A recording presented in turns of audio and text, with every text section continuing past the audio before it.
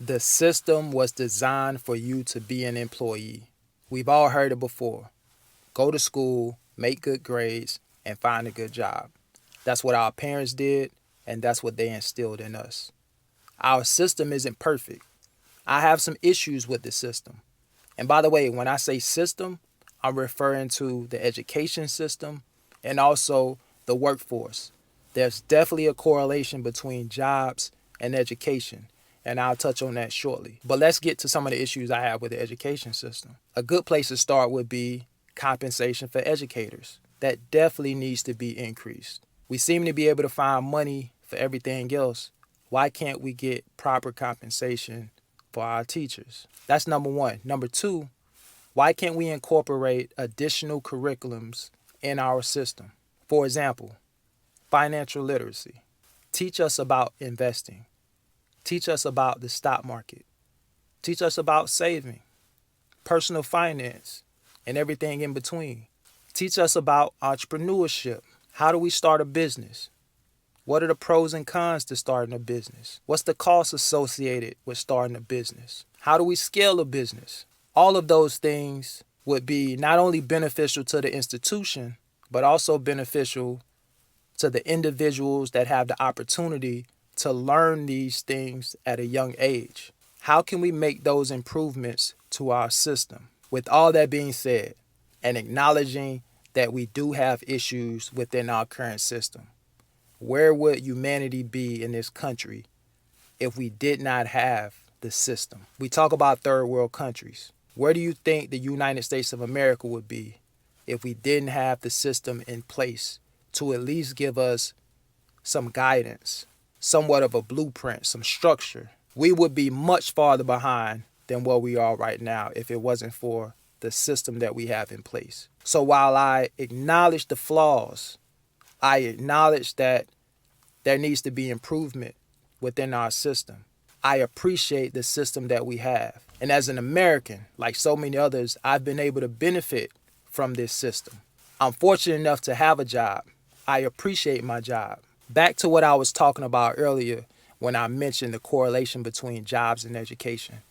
What is the one thing that most, if not all, companies require you to have as it relates to education? The minimum requirement that most companies want you to have is a high school diploma. Without a high school diploma, it's going to be very difficult for you to get a job. Not impossible, but difficult. Here's the other thing that's interesting about jobs and education. The higher the education, the higher the compensation. In most cases. In other words, the more you learn, the more you earn. At a certain point, you realize that a formal education is really a means to an end. Now the onus is on you to continue learning. You're never too old to learn.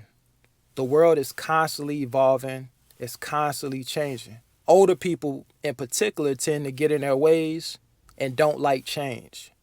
Artificial intelligence is definitely getting more and more prevalent in society. So that's something that we're going to see more of. Artificial intelligence is definitely going to replace a lot of jobs. The system was designed and intended to equip you with the necessary knowledge and resources to get you prepared to enter the military and or the workforce. I say the military because when I went to school, there was such a thing as ROTC.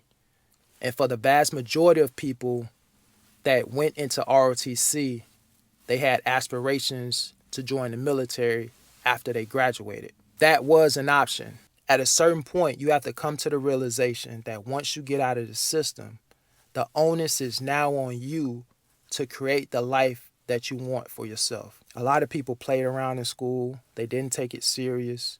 And before you know it, you was graduating. School goes by like this. And so you have to use your time wisely. As you get older, you understand how important time is. You understand the value of time. Time goes by much faster the older you become. I remember when I was in school, I used to think time was going by so slow. But now a year goes by like this. And so whatever it is that you want to do in life, you have to get after it. You can't procrastinate. You can't play the blame game. All of that stuff is not going to do anything for you. That's not going to be beneficial for you. Although the system may have been designed for you to be an employee, that doesn't mean you have to be an employee. You can be an entrepreneur. You can be both. The choice is yours. Figure out what direction you want to go in. Don't look for nobody else to save you. I promise they're not coming. Understand that companies compensate you based on the value that you bring to the company. So if you don't have a lot of value to bring to that company, how much do you think you're going to get paid? Keep that in your mind. So if you want to make more money in 2025, acquire some skills. If you have a job right now and the compensation is low, ask yourself, what am I doing at this job? What are my responsibilities? Do you feel you should be compensated more for the job that you're doing? Can anybody do your job? Does it require any skills? And if the answer is no, go back to the drawing board. It may be time to pivot. You should always want to become a better version of yourself. Are you single? Are you married? Do you have kids? Do you want kids? Do you want to be married? Do you own a home? Do you want a home? What are your financial goals? And how are you going to get there? What's the plan? What's the strategy? These are some questions that you should be asking yourself. How old are you? How much time do you feel like you have? These are serious questions. It's 2025, guys. Let's make it happen. I'll catch you guys on the next one. Peace.